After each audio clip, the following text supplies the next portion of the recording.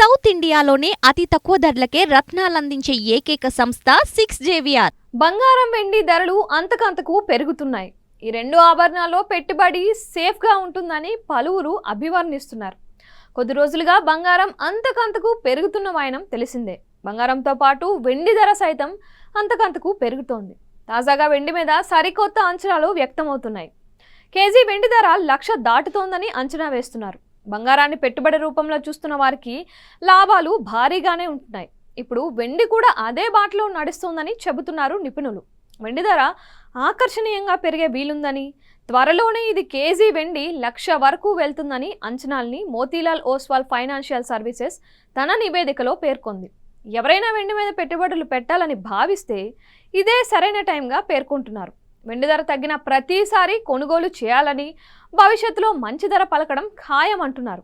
ఇందుకు వెండి ధర పెరగడానికి దోహదపడే అంశాలు ఏంటి అన్న విషయంలోకి వెళితే కీలక అంశాలని ప్రస్తావిస్తున్నారు.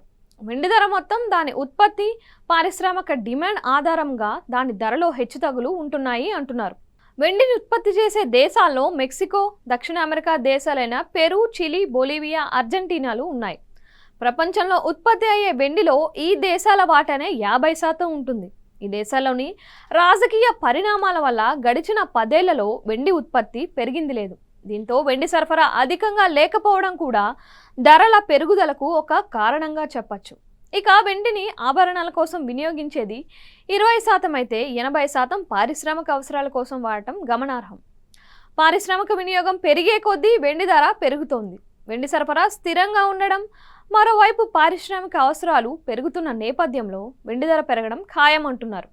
పారిశ్రామిక రంగాల్లో ముఖ్యంగా విద్యుత్ వాహనాలు, బ్యాటరీలు, విద్యుత్ నిల్వ ఉత్పత్తుల్లో వెండిని వినియోగిస్తారు. ఇటీవల కాలంలో ఈ ఉత్పత్తుల డిమాండ్ పెరగడం తెలిసిందే.